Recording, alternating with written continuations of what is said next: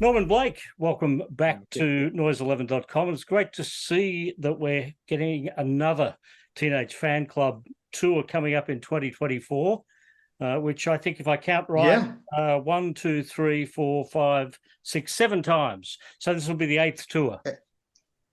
Wow, that's incredible. I didn't realise it was that many. So, but really great. I mean, and of course we're excited to come down and play, as always. But especially, I think, well, actually, two things. It's been a few years because, of course, we had the pandemic. But actually, last time we were in Australia, we'd been in Japan just before, and myself and Raymond picked up some weird kind of viral infection thing. I remember we flew from Japan to Australia, and on the way down, we went via Bali. It all sounds really glamorous and great. But I remember being in Bali airport and thinking, I'm not feeling too good, you know. And there was a bit of a panic when we got to Australian immigration. We were worried that our temperatures were rising, you know, because they do the little temperature scan. But fortunately, we got in. But unfortunately, we had this kind of weird viral thing. And I felt really ill for the first day or two. And then I thought I'd kind of recovered. But then I discovered that I'd lost my voice. So I think all of the shows that we did in Australia, and that Eros Childs, who's been playing with the band, he very graciously sort of took over or kind of bolstered my kind of, I think I was trying to make a noise, but there wasn't much coming out. But we got through. But anyway, for that reason, I'm really looking forward to coming down. I'm hopeful that I won't have another, throat infection or whatever it was. No.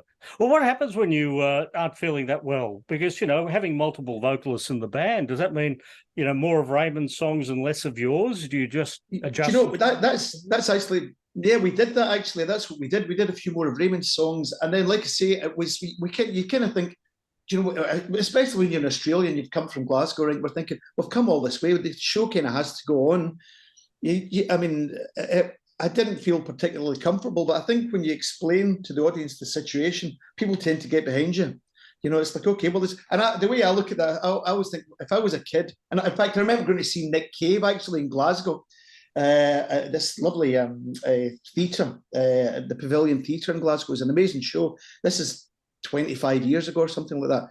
But Nick Cave had lost his voice, and so he came on stage, and I mean, it was a bad one, he sort of when he was kind of with this really gruff voice. Look, I've lost my voice. I don't think I'm going to try and make this work. And he had, tea and lemon. But of course, as soon as he said that, people were like, "Way!" And they got behind him and they did the show.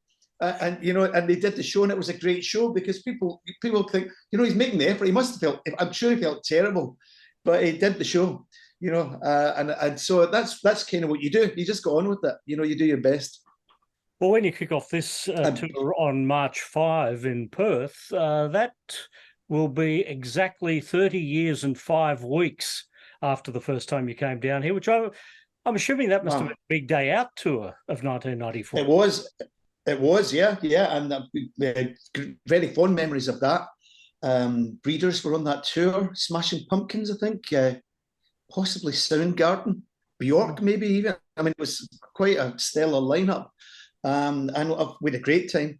I think we flew into the Gold Coast, and I can remember the oppressive heat. I think there was like 100% humidity, and that was a shock to the system. But we had a great time. We had a really amazing time actually. And there's a thing about it is because I remember there's coming from the UK, and I know there are lots of people from the UK and Australia. And there's there are recognisable things. So I remember getting into the hotel room, and not a thing I do very often, but I had to turn on the television in my Gold Coast hotel room, and the first thing that popped up on screen was a Scottish TV show called Taggart. It was like a detective show set in Glasgow, and I remember thinking, "Wow, that's insane." So yeah. But yeah, I mean, it was amazing, and we always love coming to Australia. We've had some great experiences there, and it's great to be able to go all across the country. And I'd actually read some travel books about people traveling in Australia before I'd gotten there, so I was excited to come down. I'm pretty sure you've seen more of Australia than I have. Right. Well, do you know, I'm sure that's not true, but I've seen the major cities, but I'm aware of places like Cooper Pedy. I mean, that's a kind of crazy mining place. Because in one of the books that I read, this guy visited, they build like houses out into the ground in that place. I think they did, didn't they? And so I was kind of familiar with places like that. So I've never gotten there. Flown over Uluru. We were on the way out of Australia. Yeah, amazing.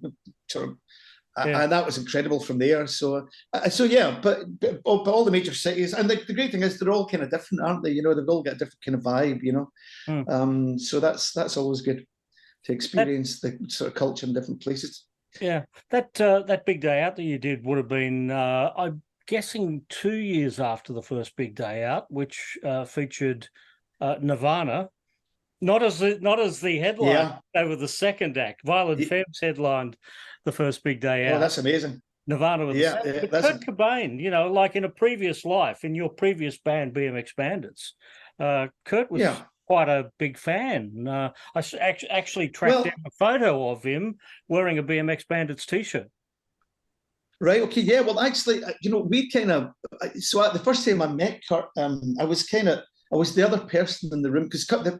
So, I mean, it's a thing that Raymond, people often say, so you were Kurt Cobain's favourite band, and we always say, and Raymond from our band always said, we weren't even his favourite band from Glasgow. His favourite band from Glasgow were the Vaselines. Wow. And so I was fortunate enough to be with you. What happened was the Nirvana, it was on the Bleach tour, I think it was, and Kurt had got in touch with Eugene Kelly from the Vaselines and asked them if they would reform. They'd broken up a couple of years before. And asked them if they would reform to play with a show with them in Edinburgh. So I'd been sort of hanging around with Eugene at that time, and I ended up going across from Glasgow to Edinburgh in the back of the van with those guys. I remember me and Eugene drinking a bottle of cheap wine or something, as you do when you're young, right? But I remember we get to the venue and we walk in, and we meet Chris Novoselic, this big tall fella, and he's like, "Oh, hey, how you guys doing?" And he says to you, you know, Kurt's up in the dressing room. Yeah, you know, he'd love to meet you.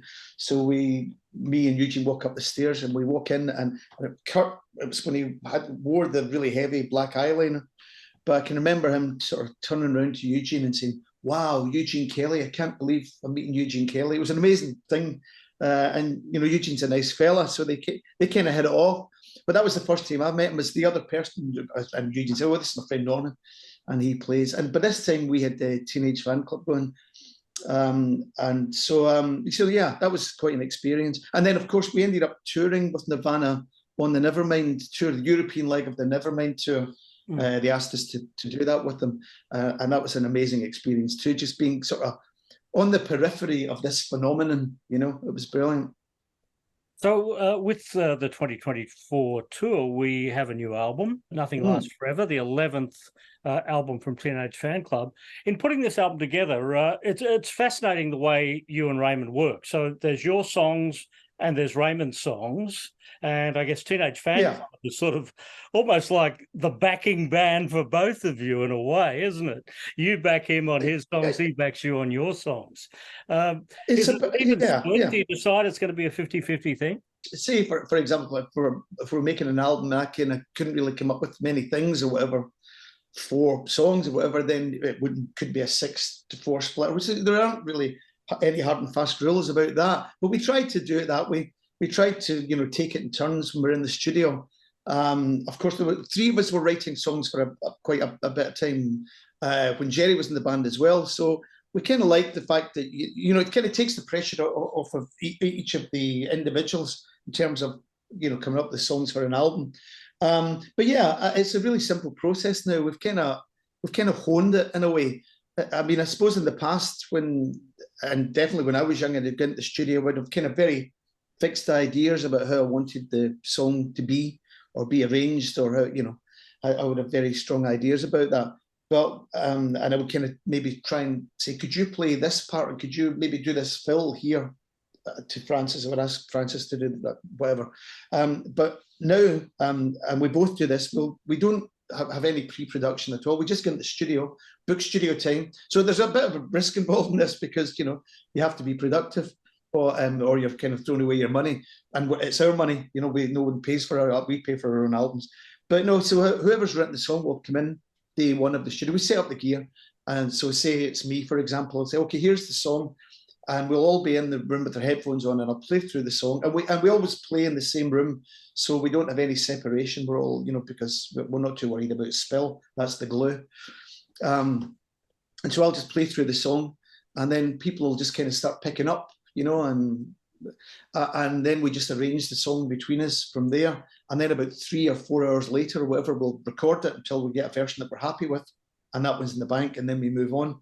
And the reason we do that is that we're working with really brilliant musicians, and you know, everyone's experienced and knows what they're doing.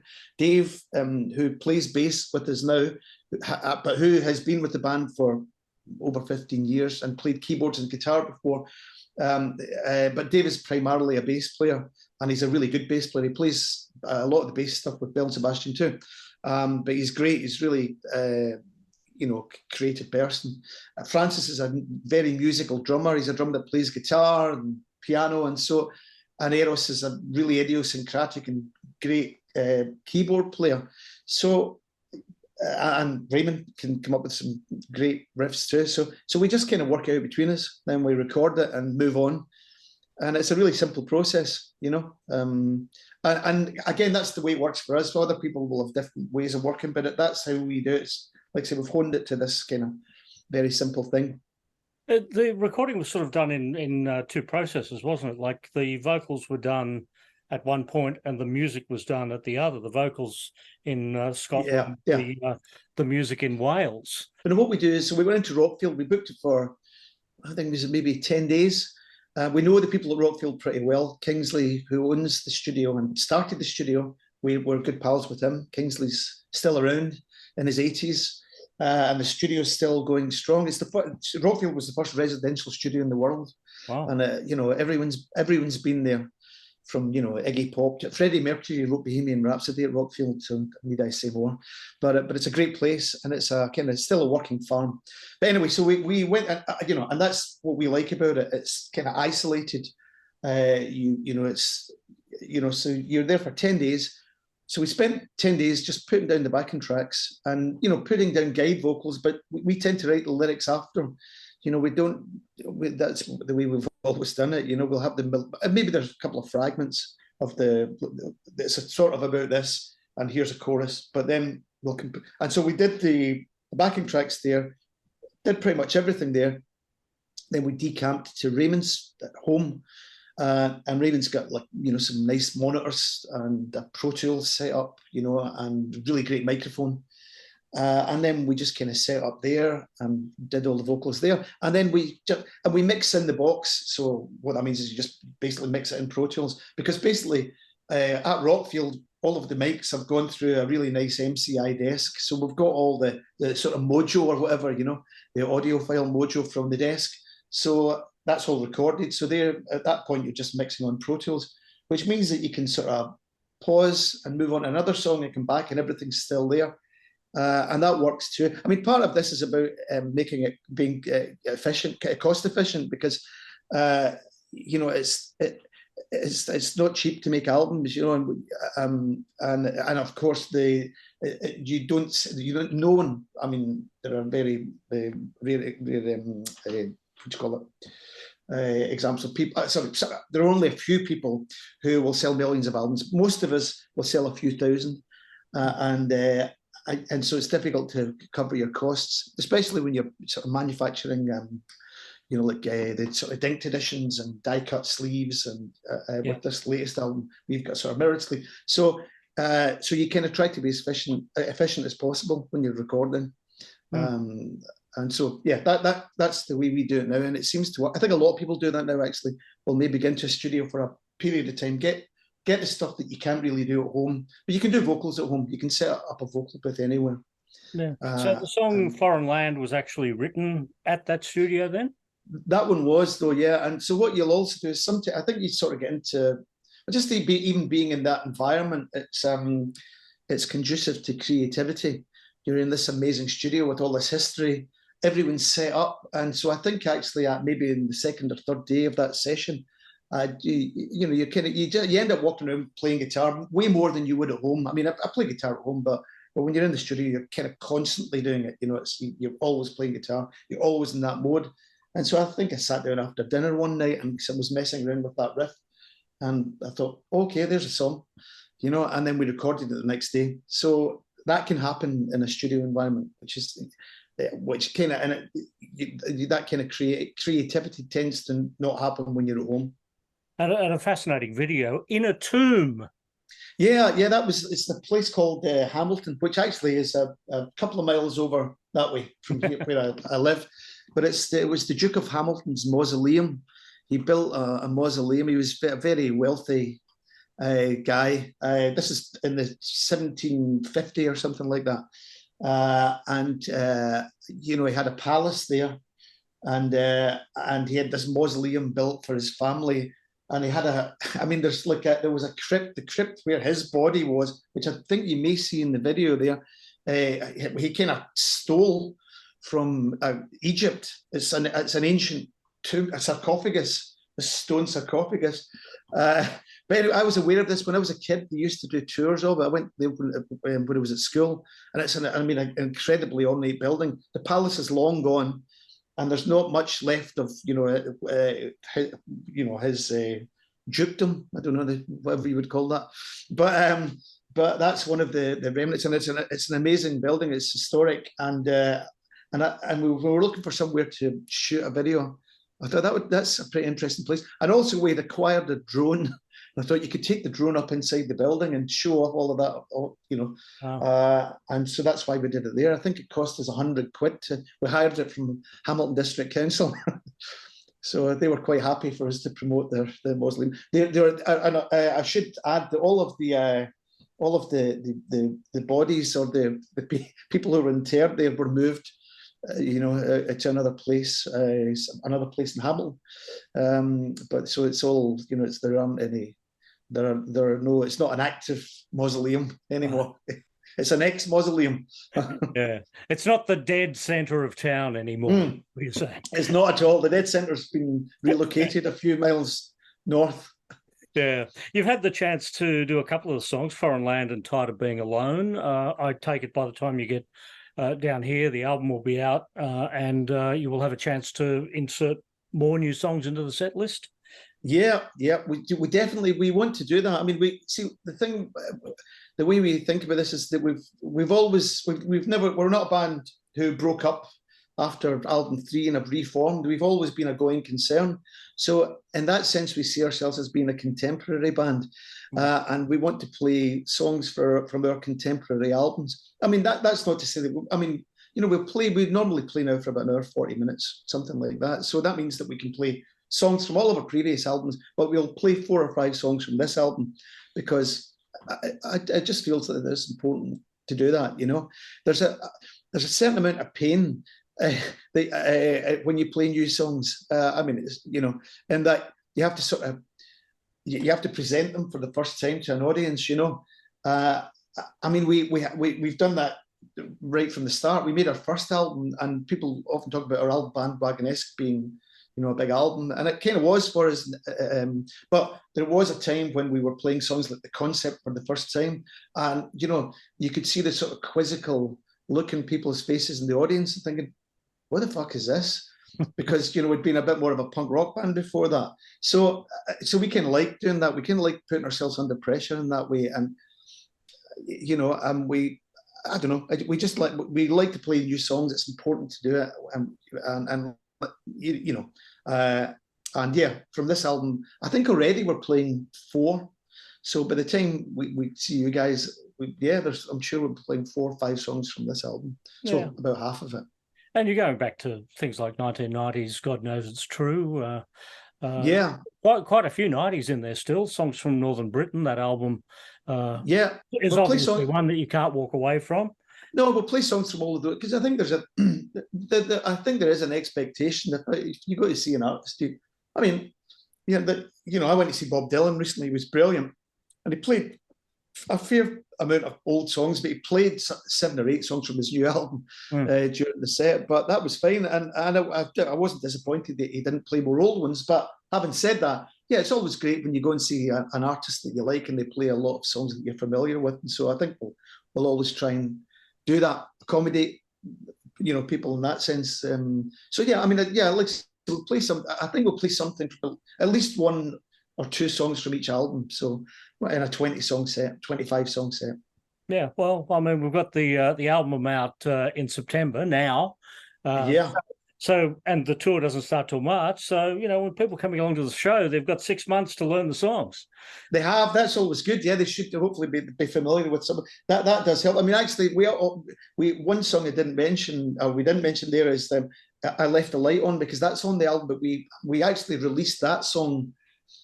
Well, actually, probably about a year ago now, something like that. Maybe not quite that, but so there are a few things that are out there now.